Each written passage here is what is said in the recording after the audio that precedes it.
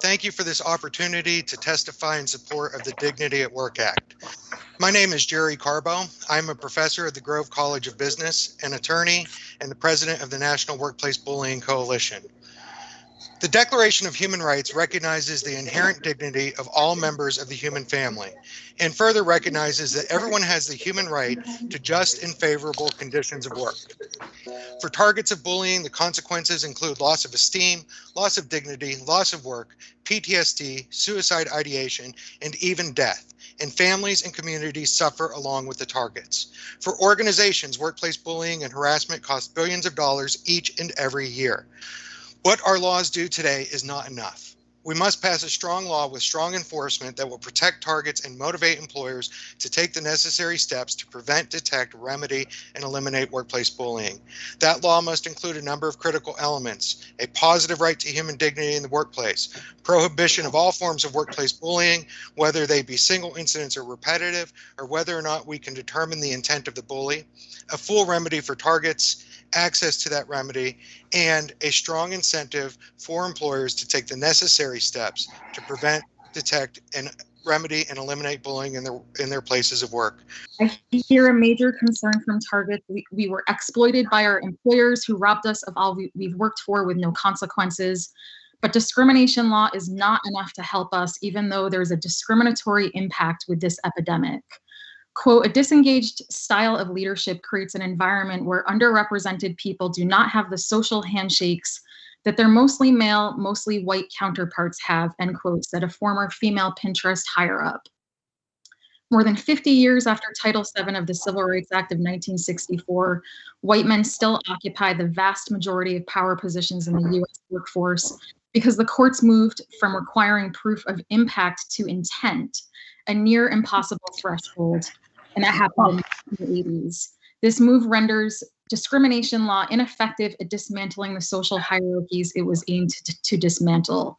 It's a huge gap in the law that enables employers to do as they please. When we report abuse, most employers either retaliate to avoid liability or do nothing because they don't have to, regardless of having policies or running trainings. They're committed to the status quo that favors them. Knowing there's a huge asymmetry of power, only 3% of workers sue with illegal discrimination, according to Rights on Trial, which is landmark research on how employment discrimination law perpetuates inequality. Clearly, we need preventative measures.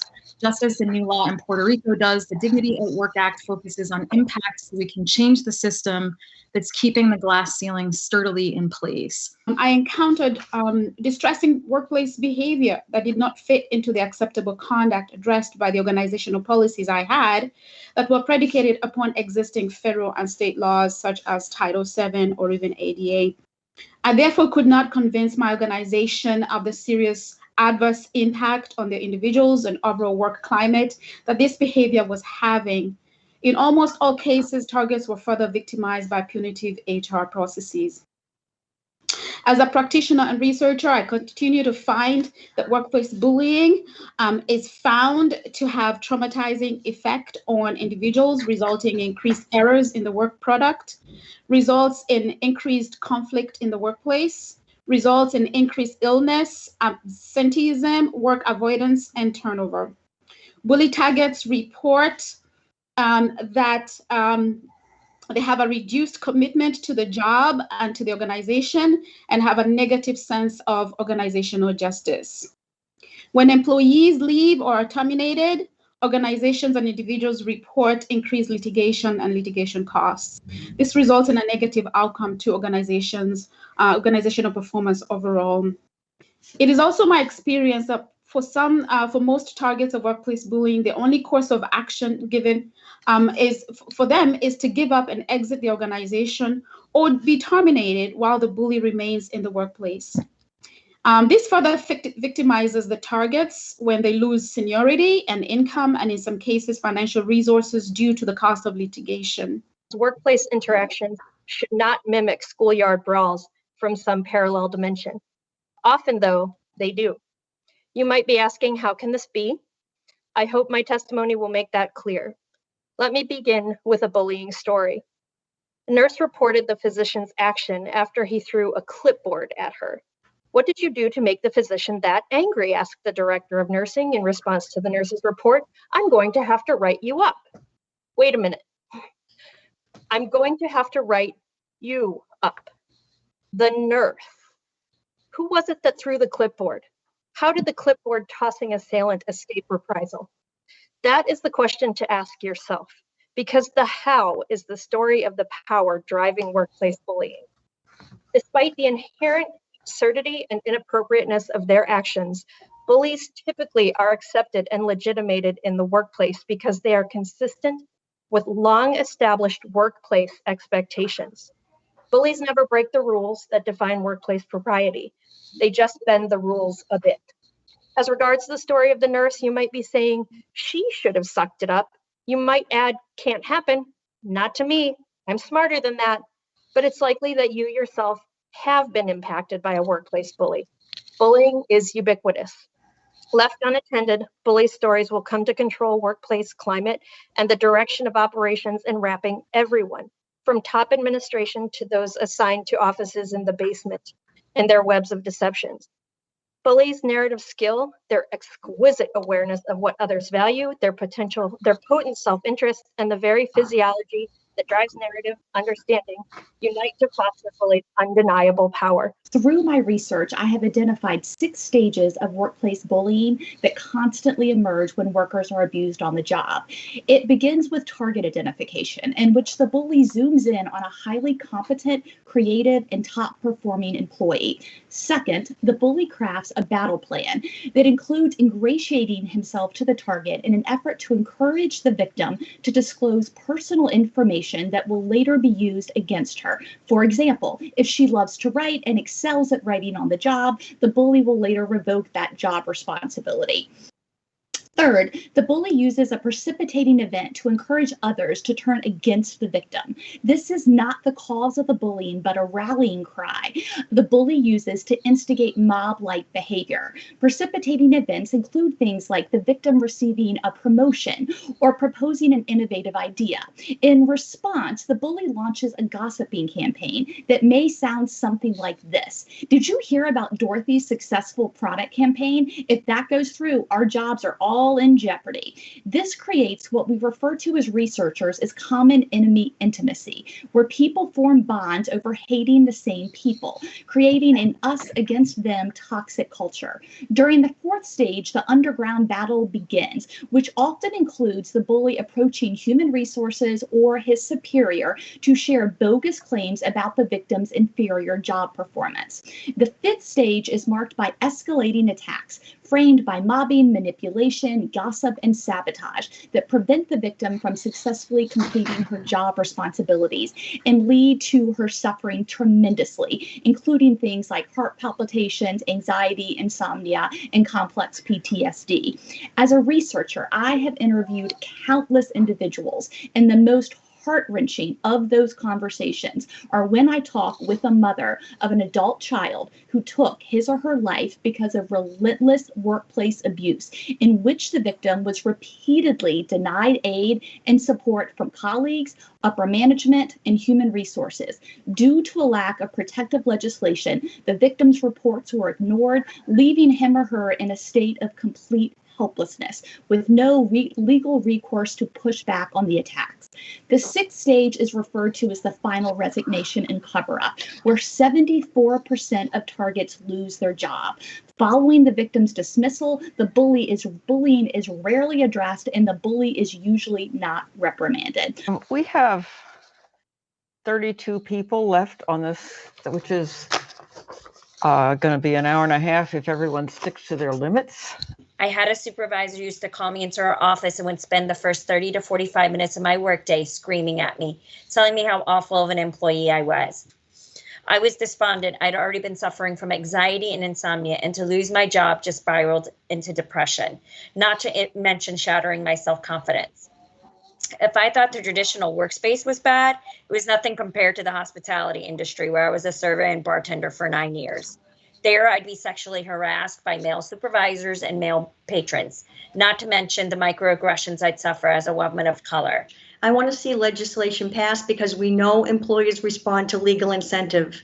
In 2017, over 60 million employees were bullied and mobbed in the US workplace. I am one of them. When I reported the abusive behavior of a bullying coworker, I unknowingly became a threat of liability to my employer. Instead of addressing the abusive behavior, my employer doubled down and turned the heat up. The bully's behavior escalated while my employer's representative employees, as they always identified themselves, protracted and inflamed the situation utilizing empty, deceptive protocol, then sat back and waited for me to snap. Snapping under stress, silent killer stress, is as reliable and predictable as the sun coming up. When I left work on the verge of physical and mental collapse, I took the threat of liability with me. In the aftermath, when I realized the intentionality of harm, I was without recourse. 4 decades of research reveal my demise was set in stone the moment I reported abusive behavior. Targeted and victimized are the descriptors that researchers use to depict employees in these specific types of abusive work environments. Bullying and mobbing are not workplace glitches, they are workplace practices. Researchers refer to them as interpersonal abuse systems and processes of dehumanization. I trusted my employer's operative employees because they were sitting in an administrative office building on a college campus cashing 6-figure paychecks. They played God with my very life and well-being. My basic human rights were denied and violated without shame or consequence in broad daylight as if rubber stamping a memo. Coercing nervous breakdowns in innocent and unwitting employees, exploiting the sanctity of human life and well-being in order to avoid perceived threats of liability is nothing short of a banality of evil. I would like to see this legislation passed because I've seen the debilitating effect it has on a loved one firsthand. Over the course of several years, my wife was bullied and mobbed at a job that she loved and did well. Why, you ask? Because there was jealousy and fear in the bully's eyes, because of the fact that my wife did her job better than the bully, was smarter than the bully, and was more attractive than the bully. Because of that, the bully attempted to do everything in her power to make my wife look bad. I wonder how you would feel if you watched your loved one go from being a vibrant, happy person who loved her job reduced to a puddle and a hot mess because of bullying and mobbing. Every morning when I watched her leave for work, I told her that I loved her and not let anything happen to her. She walked out the door with tears in her eyes. The depression was debilitating, but worse than that, she was diagnosed with PTSD. That is damage to your brain you get in wars. She got that going to work and doing her job. There were many sleepless or restless nights that came about because of this. Employers need to be held responsible for the actions of other employees and take it seriously when someone comes to them with a complaint about abuse. With over 200 documented emails proving that this bullying was going on, she tried to do the right thing and go through the proper channels, but that only led to the institution to protect themselves and do whatever they can to get rid of my wife. This should not be a situation where you need to toughen up or put your nose to the grindstone and just keep working, which is what most people say or think because they do not understand the devastating effects of workplace bullying and mobbing. I have seen it firsthand. I wouldn't wish it on anyone. Before that happened, I had gotten my PhD at Harvard. I had done my postdoc at Harvard. I entered this position, and I later found out after I experienced severe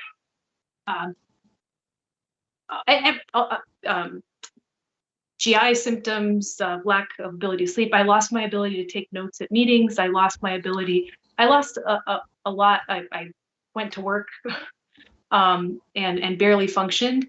And I had to go on, eventually I had to go on short-term disability because it was so severe. And actually, workplace compensation doesn't cover it because even despite having a lot of physical symptoms, it doesn't count because you weren't actually hit by your employer. After that, I realized that dozens of people had already left my workplace because of the same bully. And in fact, after I left, some of my colleagues ended up leaving as well because of the bullying being so severe. That institutions that mean well, that have good policies in place, if there's no legal incentive for them to actually care and take it seriously, there's only so much they do. But you know what they do take seriously now? Sexual harassment because of Title IX. And behind the scenes, you see that. They do trainings, they do reporting, they really take it seriously. And I think something like the Dignity at Work Act could really bring a lot more seriousness. Because right now, what Harvard has a great system. I know other places do too. They have non-disclosure agreements. They basically are really good at silencing victims. And bullies largely, unless someone commits suicide in a group, which has happened before as well, then they take it more seriously. But it really shouldn't come to that. Those stories are important to tell to your own representatives and senators. We need more people to become you're talking about. So what you're doing is very important today, but what you do next is even more important. On April 10th, 2019, I was assaulted at work. I was seated when my attacker became agitated with my colleague, stood up, put both hands on me and pushed me. I stood up and then I was slapped in the face. I was pushed against a door and therefore I unintentionally blocked the exit, locking myself in the room with my attacker. My colleague called her supervisor for help and it took 17 minutes for someone to arrive. My colleague had to call twice and was asked if it was truly an emergency the first time she called. It took another 10 minutes for my boss to arrive, tell me to call 911 and deal with it myself, then turn their back and walk away. I spent close to 30 minutes backed against a door with my hands in front of me, warding off my attacker to be told to deal with it myself. It took more than 40 minutes for the police to arrive, at which point the police officer told me it was a bad idea to press charges because I wouldn't want to ruin anyone's life. This is why women don't report. I left work 3 hours later without my employer asking me if I was okay. I was not okay. That night I was called by Human Resources and told that I was to stay home pending an investigation, and also informed that there were threats made against myself and my colleague by family members of the individual who assaulted me. We were to be out for our own safety. 2 days later, the Director of Human Resources requested a meeting, and he served me with an incident report alleging unprofessional conduct. I was not specifically told what conduct was unprofessional. He was rude and angry that I had nothing more to offer than my written statements at the time of the assault. I was told to stay home until further notice.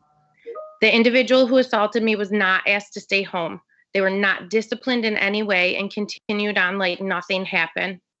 Let me reiterate that I was the victim of a physical assault and then was investigated for having somehow caused my own attack. And now I'll tell you that I'm a high school teacher. And I think that changes the way you hear my story. Our society counts on the teacher archetype. We're underpaid, underrepresented, and easy to bully with phrases like it's for the kids. We are downtrodden by a broken system that many of us don't have any fight left in us. Systemic racism, sexism, and classism pervade our school systems and count on this. Our education system allows women to be assaulted with alarming frequency in their workplace. According to a FOIL request I made, in my district alone, a teacher is assaulted every other day. And those are the reported assault. And what does it teach us? It teaches us that we aren't worthy of being safe, that we must have done something wrong, and shows students and their teachers that bodily safety doesn't matter. The system grooms both student and teachers for future abuse, and I refuse to be part of that system. The Dignity at Work Act would change my story, and it would make sure that my workplace had an obligation to support me and not sweep my assault under the rug for appearance sake. And more importantly, by changing my story, we'd change the way my students see abuse. And they'd see that their bodily safety and their mental safety mattered. And I've talked to so many other women who tell me that they left their company after being bullied because they were bewildered, lost, lonely, and incredibly traumatized, just like I was. And this occurs whether we report the bully or not. And this is not at all theoretical for me. After 25 years in the tech industry, I was forced out of tech after I reported harassment. And it was definitely the reporting and Microsoft's attempt to steal my voice with an NDA that caused the most harm to me. While they found the bully guilty of violating Microsoft's anti-harassment policy, in the end, the bully remained while I fled first my team, and then I took leave for depression, where I had to pay for my own therapy with all the copays. And then I left the company, and finally I decided to leave the tech industry completely. That means the tech industry lost my 25 years of experience. Tech lost my unique combination of skills. Tech lost access to my extensive global network across multiple technologies, companies, industries, and skill sets. Tech lost me because of bullying. Collectively, corporate America loses so many highly skilled, valuable employees every day due to bullying. That's costly to businesses, and much of that cost could be reduced with changes to how we deal with bullying and harassment. Take a look at the Kapoor Institute's Tech Leaver study. The average cost to replace an American tech worker is at least $120,000. I verified this with Microsoft's HR that's probably on the low end. The number varies by industry, but when you add it up, it is a huge cost in hard dollars, risk management, and company reputation. Because taking tiny, insulting settlements means we can't talk about what happened.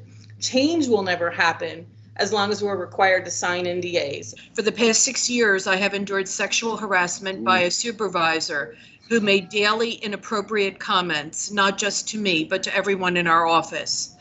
I had to take any steps to avoid him, like wearing headphones, not eating with my coworkers. I sat in my cubicle and I hoped he would never come over to speak with me. I reported it to our boss, HR, corporate compliance, and finally had to beg a lawyer to take my case. The claim was sent to the EEOC, and after a year and a half, they sided with the corporation despite the mountains of evidence showing sexual harassment.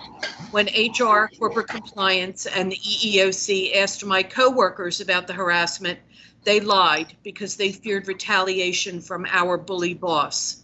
Not only did I have the harasser, but our mutual boss, who was a bully, who intimidated my coworkers into silence. Corporate compliance denied my claim because I was the only one reporting it. The yearly training videos on sexual harassment were obviously ignored by everyone but me. I did what the video told me to do, and yet in the end, I had to drop my lawsuit in order to keep my job. Even the judge expected me to resign. Why should I resign when I had done nothing wrong? The harasser was given promotions and raises, and I was expected to resign. I have spent years in therapy and suffer from depression, anxiety, hypertension, post-traumatic stress disorder, and also osteoarthritis, which is aggravated by stress. I received 0 in punitive damages for conditions I will never recover from. Policies and training videos are worthless unless they follow through, and there are penalties for the harassers and bullies. The law currently states that my corporation only had to speak to the harasser. There was no transparency as to when, how many times, or what the penalty would be if he did not stop, and no one was watching to see if he stopped. As abusive tactics used against me were counterproductive to my sense of self and impacted the care of the patients I took care of. These tactics included gaslighting, marginalizations, isolation, intimidation, rumors, attacks about my braids, and my appearance. During the time I became a target, I was a manager of the department. My peers would make racial jokes about my ethnic background, including Indian whoop calls at managers' meetings and sexual inferences about Native men. My work was called into question whenever I would counsel a subordinate who happened to be a member of the dominant ethnic group, Caucasian. Many of my Caucasian staff would join in these derogatory comments, complaining that I did not like them or it was a joke. Management began to campaign of gaslighting me, assuming credit for my work. My personal items would go missing from my office, a hat one day, a coin purse my daughter gave me the next, and so on. While these are little items, they represent the first step of bullying and were an invasion. Senior management would dismiss these inferences and occurrences as if I did not remember where I had placed them. One day, 4 years later, I saw one of my previous staff members wearing a hat identical to the one that had gone missing in my office. This form of mental abuse has long-lasting and negative impact on the person. I began to think that I was the problem, and I would question why I was even around. A very dark place to go. I began to understand why people contemplate suicide when they're bullied. I found myself unable to sleep. I lost 12 pounds in 6 weeks and was sent to the hospital one day with a heart rate of over 200. I became suspicious of the motives of others, including friends. My husband was my most significant support and encouraged me to take classes to feel more productive. I did. I received my doctorate within 2 years. I studied the impact of stress and bullying on the health of the individual. When my employer presented me with my 14th annual end of the year envelope, it contained a stellar performance review, a new teaching contract, and a generous pay increase. 1 year later, my envelope contained a letter of severance, a non-disparagement agreement, and an offer of tens of thousands of dollars to leave quietly. My doctor revealed I was enduring the well-studied phenomenon called workplace mobbing. Administration acknowledged but failed to manage a donor co-worker they described as toxic. I didn't know the stress of working just one more school year with this woman would be intolerable. She ramped up her tactics by enlisting others to drive me out. I ended up in the hospital in the need of heart medication at age 44. Upon my return, administration decided I should be terminated so I could go find happiness. Companies have no incentive to manage employees who seek to subjugate and humiliate coworkers. I began my career in 1979. I was a customer service sales rep, a teaching coach to my peers, and a contact for escalations of high-profile complaints. I loved my job and my customers. I was well-liked and respected. But over decades, 4 decades, I witnessed rudeness, arguments, physical abuse, property damage, humiliation, alienation, and gaslighting. Not wanting to be a complicit bystander, I became a union steward in 2007 to help address these issues of workplace bullying. The worst abuse I experienced was perpetrated by a coworker with whom I worked closely. She was rude, irreverent, had the never-minds, and degrading, especially when coaching her. She was very subtle in her bullying. One day she met me alone in the office kitchen and said, "I hate you." She was verbally abusive to me. In January of 2020, she physically assaulted me. I reported the incident to my direct manager and union business agent. The business agent was arrogant and disregarded my needs. As a result of this abuse, I was out on short-term disability for 7 weeks. If DAWA had been in place when I was going through this ordeal, perhaps the bully would have thought twice about mentally and physically bullying me. Maybe the manager would have not retaliated against me. The insurance company surely would not have had to have paid out.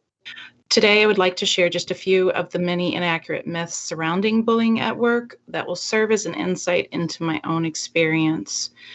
The first inaccurate myth is targets are simply weak, but the fact is targets are often the strongest and most productive workers. I was pushed out despite positive monthly, quarterly, and annual reviews. I achieved these positive reviews while living with a chronic illness, an acute illness, and an unexpected surgery. I was subjected to sexual harassment, general harassment, and medical harassment. I was encouraged by management and the union to not resign, yet no fruitful steps were taken to address the bullying committed by human resources and supervisors. I was told my reviews would become negative if I did not cease my requests for remedies. My union steward was switched and I could rarely get in touch with him. I was also told by management that they were treated just as poorly in their career.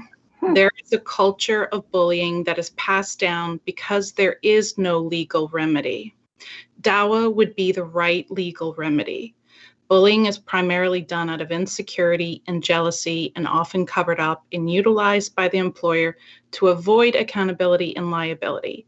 It is far easier to push out an already wounded individual than to stand up to bullies. Inaccurate myth number 2, workplace bullying will make targets tougher, but the fact is there are no positive effects of bullying. I ultimately had nothing left within me to stand up for myself. I have suffered at all levels of human well-being, including physical, mental, emotional, and financial. As I regain my footing and count my blessings, bullying is not included. Inaccurate myth number 3, DAWA would be impossible for employers to manage and would cause harm to employers, especially small businesses. To just put it simply, my employer I have been unemployed for 4 years and am considering filing for disability. My employer has not been held responsible, but myself, family, friends, state, and federal governments are picking up the tab.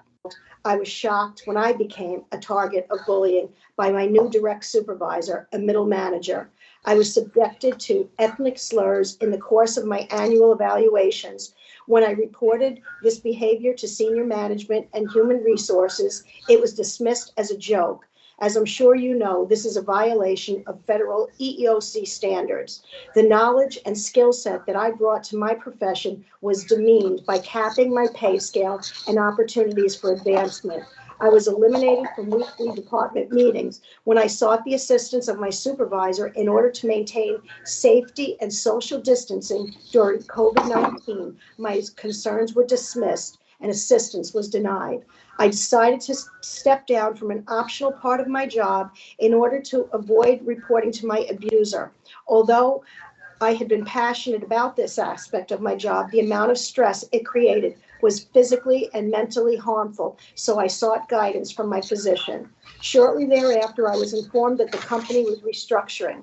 The newly appointed CEO was familiar with my concerns, and yet she directed me to collaborate with my abuser for future community events. I went home that night ridden with anxiety. The next morning, I emailed the CEO regarding her directive to meet and discuss. She forwarded my email to the newly appointed facility director. This director informed me she would mediate a discussion with my abuser.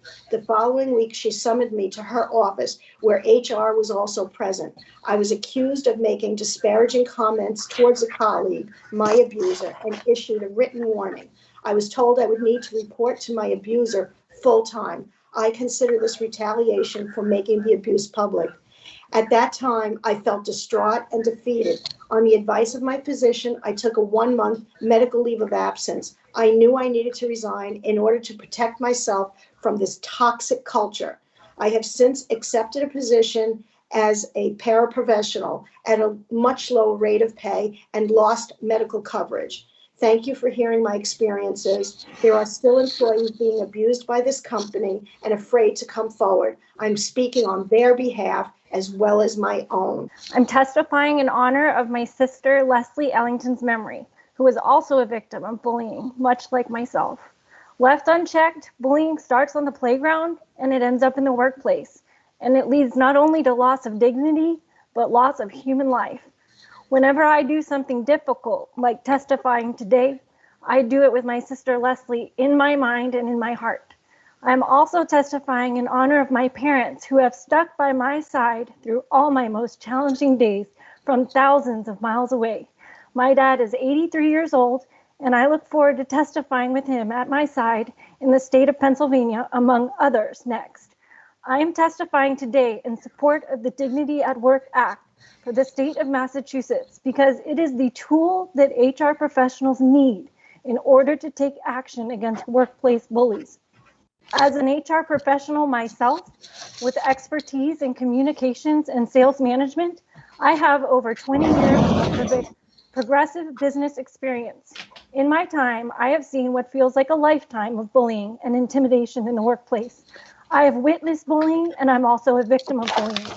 What's surprising is that this abuse often comes systematically, fresh off the heels of promotions and awards. It is a known fact that bullies love to attack top performers who are arguably one of a company's greatest resources and source of innovations and growth. So why aren't we doing more to stop this? These bullies systematically destroy the full potential of the companies and the employees who work for them, and they do it from the inside out. I say from the inside out because workplace bullies attack the psyche of their victims. We don't see bruises, but the scars run deep beneath the flesh and blood that we all share for those of us lucky enough to make it out alive. Sadly, workplace bullying leads not only to suicidal ideation, but suicide. HR professionals don't get into this field with a mind to enable workplace bullying, but that's what frequently happens. The exciting thing about this is it's preventable. This is not cancer, but it becomes the cancer of corporate culture. Through my extensive work experience, I was able to implement different strategies in response to workplace bullying to see firsthand what works and what doesn't. What works? Speaking up and naming workplace abuse for what it is. If you can name it, like others said today, you can deal with it. They said if you can measure it, you can deal with it.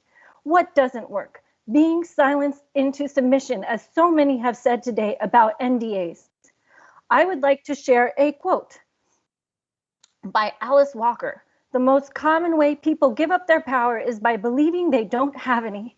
From pain can come more pain, leading to a vicious cycle of tragedy. Or from pain can come transformation. I choose transformation, specifically for passing preventative legislation. When victims approach HR, they are told to seek psychological counseling when it is the bully who truly needs the counseling. We need to treat the problem at the root cause, not the symptom. My body was at such a heightened state of awareness every day at work that I needed to carry 2 extra pair of underwear in my bag because I feared that sometime during the day I might soil myself. And I did. I frequently used them. I'm here today because of the commonality I share with others who are testifying, and that is extreme debilitating sadness and frustration at my inability to use my education and expertise because of a group of coworkers and supervisors who I unknowingly, naively allowed to facilitate an end to my career. I was an associate professor at a local large private university. I only learned that I was being bullied when someone else told me. I knew something wasn't quite right, but I had no category or label. I had to go look it up. Specifically, I was screamed at by a colleague who became red in the face and just kept yelling as a group of us walked back from a meeting where I had just asked a question minutes earlier. The person yelling did not approve of my question. I had my hand slammed in a door. I approached the office of a different colleague to tell him when to expect my revised exam question. Coincident with my knock on the door came its slamming into my hand. I had to go home urgently to pick up my young son who had a fever. He told me that my having a sick child was inconveniencing him and affording me a special status not available to him. More subtle episodes by supervisors, and I'll be quick, I found morally questionable. A dean asked me to bump up certain students' grades for specific reasons not afforded the rest of the class. I was also commanded to work as a research assistant for another faculty member, even though it would substantially reduce my ability to do my own work towards tenure. I documented and talked to human resources who said they could do nothing about it. Racists kill physically. Narcissists kill psychologically. Jezebels kill socially. Managers kill occupationally. Bystanders kill emotionally. Rumor mills kill financially. Attorneys kill legally. And politicians kill systemically. Because in your current law, when we are assassinated at the workplace, it's perfectly okay.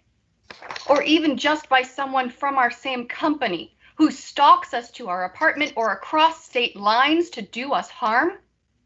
Explain to me why premeditated assassinations by repeat offenders is a criminal offense prosecutable and compensation worthy for everyone else but a fellow employee. Research proves most bullies use the same script and commit the same acts. That's clearly a sociopathic, sadistic pattern of personality disorder that should be studied and investigated by criminal scientists and detectives who handle every other premeditated repeat offender assassination attempt. And there should be attorneys and judges for us too. I want to see this legislation pass because not only is it moral, but also my industry, the entertainment industry. Workplace abuse is not simply ignored, but frankly protected and encouraged. I've experienced working for Broadway and film producer Scott Rudin. When we undertook mandatory company-wide harassment training about 1.5 years ago, it was an in-joke between work coworkers as to how this was totally irrelevant when it came to our boss. He even pulled the person who came to train us aside and asked, discreetly, but we all heard him, he asked, quote unquote, if he could still get up in our faces. Rude and screamed at people constantly over the phone in person, called us names such as the more common idiot and slurs that I would rather not repeat myself, particularly on camera. His actions were emotionally abusive and manipulative. He would fire people with the expectation that they would leave the building and then return hours later, after he cooled down, in the hopes that he would give them their job back as a form of humiliation. Coworkers would regularly throw up before coming to work, in anticipation of the work day. He would also discriminate against women and people of color, firing them far more frequently than white men and never promoting them beyond assistant. But this would be incredibly difficult to prove, so there were no lawsuits, except for when, as reported in the recent Hollywood Reporter article about him, a fit of rage escalated to the point where he slammed a computer monitor into an employee's hand, sending them to the emergency room. This sort of workplace abuse isn't exclusive to Runan, though. He may be an extreme example, but he is simply a symptom of a broad systemic problem. In the entertainment industry, being a tough boss, quote unquote, is considered by many a precondition to being a good businessman or woman. Look at entertainment listings for assistant roles, and you'll see countless job descriptions listing in its requirements that an employee be thick-skinned if they want the role. I don't need to tell you what that is a euphemism for. And the sort of abuse isn't quite encouraged, it's at the very least tolerated throughout every industry. I pursued a doctorate in health policy and population health to explore the phenomena of workplace bullying. For my qualitative research, a first of its kind in the US, I interviewed racial, ethnic minority female nurses who were bullied in their workplace. The commonality in their experiences gave rise to a theory on the cultural structural function of bullying. Its function was to maintain the status quo of a culture where racism and discrimination were channeled through bullying acts.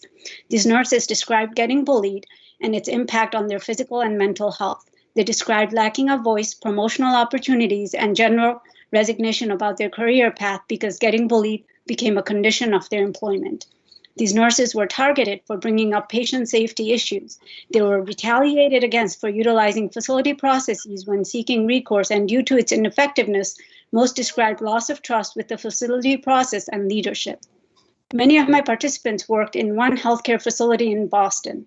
My study uncovered that workplace bullying persisted for decades under the same leaders in this facility. My study uncovered one of the ways that some of these leaders remained in power. Those with formal power formed alliances with staff who were willing to support them in maintaining the status quo.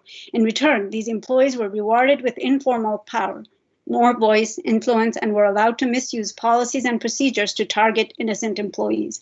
They were permitted to disregard extant policies on racism and discrimination. This symbiosis ritual created a culture which gave rise to cliques, often masqueraded as teamwork. This paved the path for false accusations and gaslighting of targets. The target were left with two options: becoming silent about their workplace culture or quitting their jobs. All of my participants left their positions. Speaking up is a cornerstone for preventing medical errors and identifying systemic failures in the healthcare settings. Given the prevalence of workplace bullying, findings from my research, and data on reported medical errors, it is not far-fetched to deduce that such workplace climate may be the norm rather than an anomaly. In such climate, members of the committee, your health is at risk because we all seek care in the same healthcare system, which is far from perfect. However, workplace bullying is one factor that is preventable if you're willing to embrace that healthcare workers' experience will trickle down to patients' experience. I want to see legislation passed because I myself have been a victim of a broken system in place within the two largest federal government agencies in the United States of America. I was purposely systematically destroyed for several organizational internal motives. I work in the public service industry with Customs and Border Protection, formerly known as the United States Border Patrol. My primary duty was launched at the El Paso, Texas sector, detecting and preventing the illegal entry of individuals and contraband into the United States. The bullying and mobbing began back in 2012 when I incurred a work-related injury in the workplace after repeatedly asking my physicians to intervene, as several management officials at the El Paso station constantly display abuse of power, lack of empathy and compassion, and enforcement of equal employment opportunity commission established laws. I experienced disability, race, nationality, sex discrimination, and retaliation for previous equal employment opportunity activity. I endured this unwelcome, distasteful, and unprofessional type of treatment and behavior for a period of 9 years until I was forced to retire after becoming a victim of a crime by one of the same management officials I have filed my complaint against. The agency covered up the crime and obstructed justice with law enforcement agencies who have jurisdiction. I attempted to obtain a protection order via El Paso County Attorney's Office, but my request was denied after the agency obstructed justice once again, with unrealistic time frame to locate a new attorney to file an appeal. I knew in my heart I was headed to the hospital or the cemetery. I ended up in the emergency room on 3 different occasions after experiencing panic attacks due to the endured excessive stress, anxiety, insomnia, gut issues, and depression caused by this corrupted agency.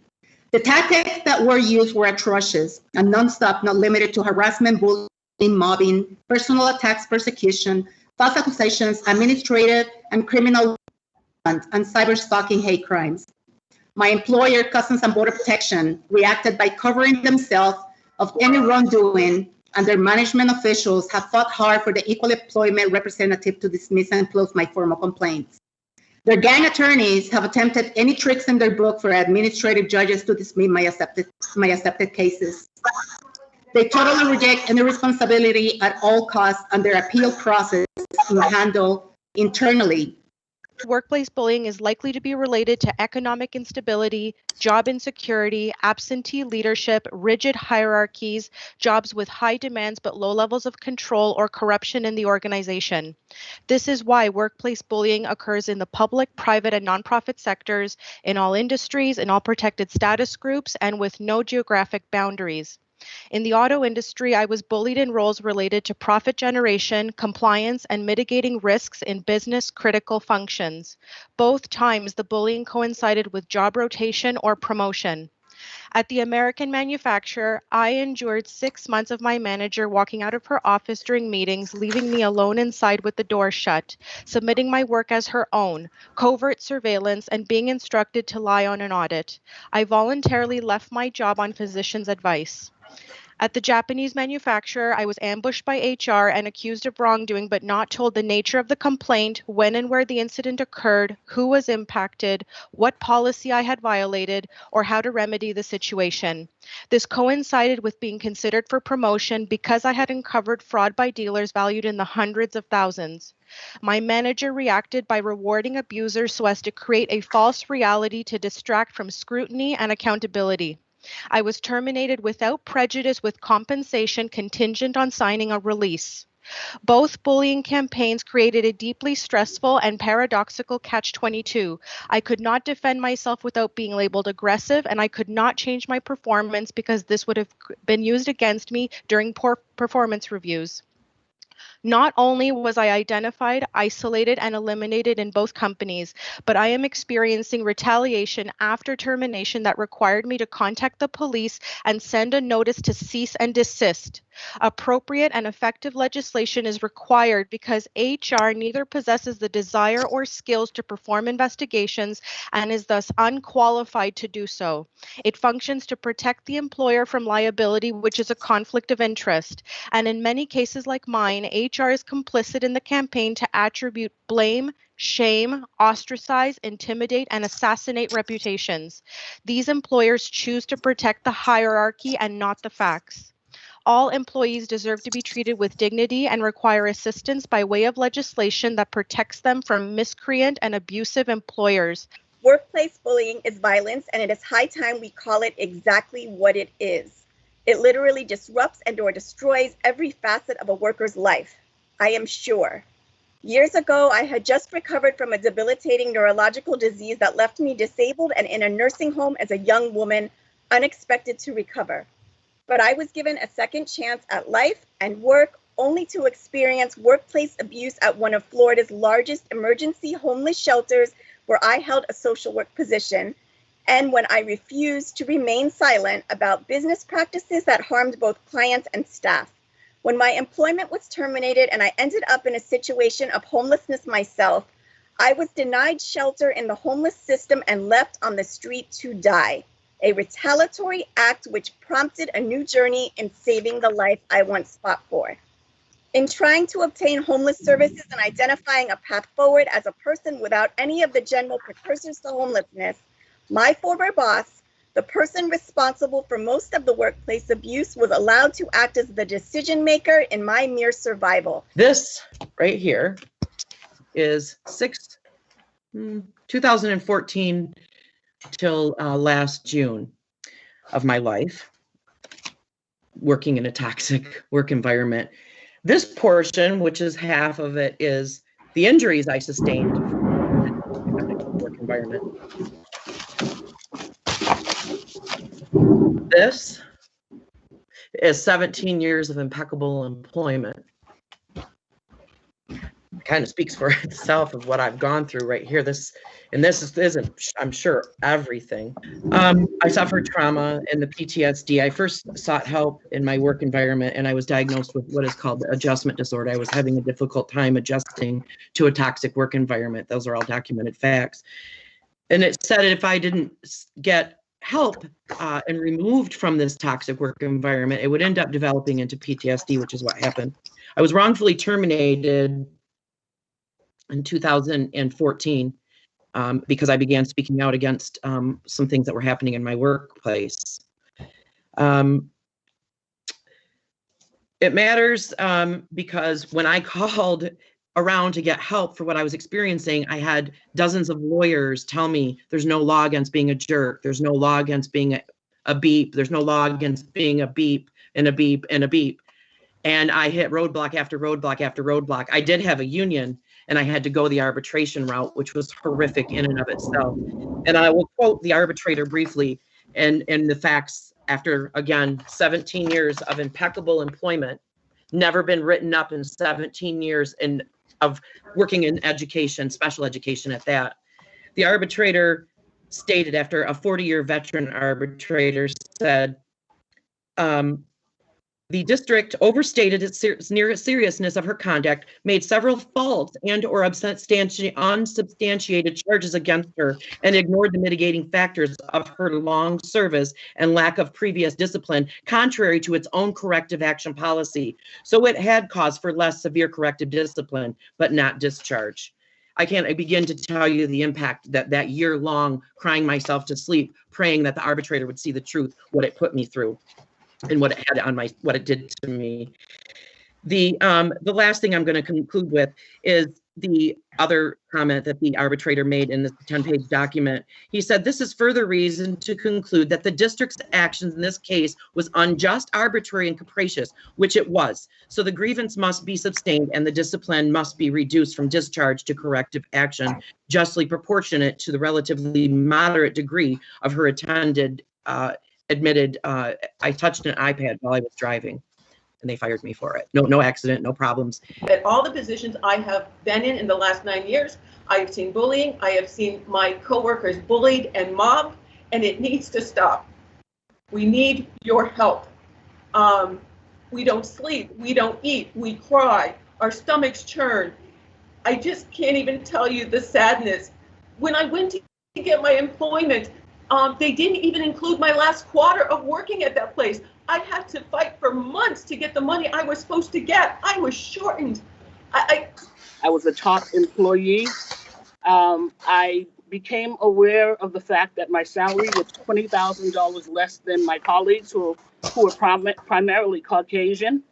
And so I spoke up for about 5 years, and after 5 years, nothing changed. So I filed an affirmative action grievance.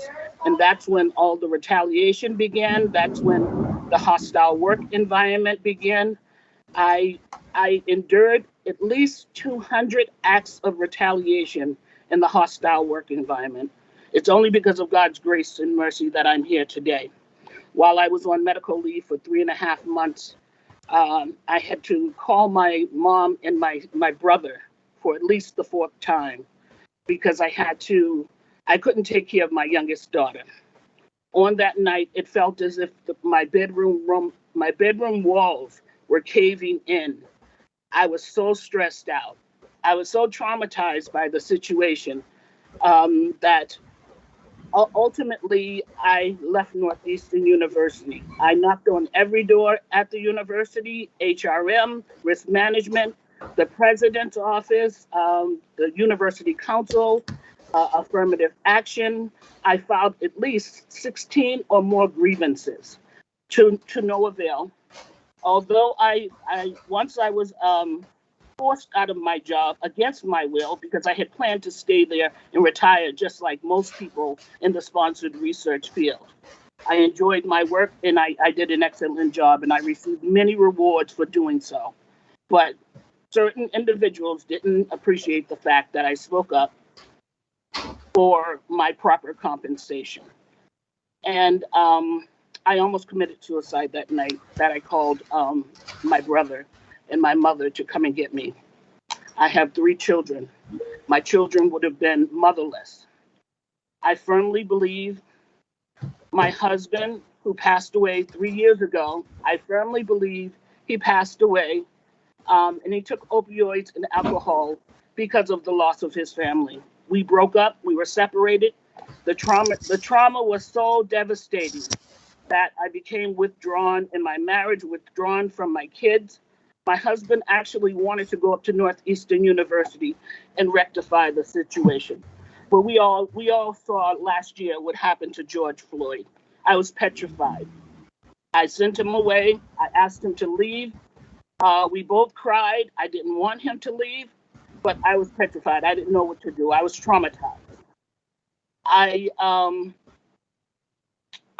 asked if the university would reinstate our tuition waiver benefits because 2 of my offspring were attending college at Northeastern University. The human resource VP immediately said no. This was the only time over the course of the 10 and a half years that I even heard from her.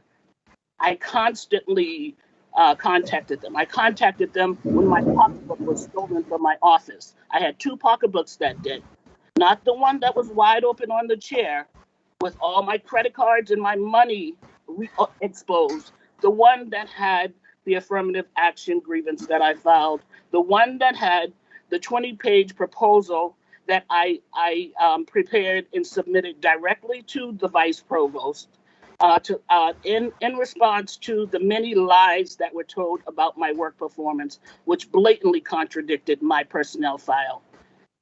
We need to do something about workplace bullying. We have to hold these people accountable.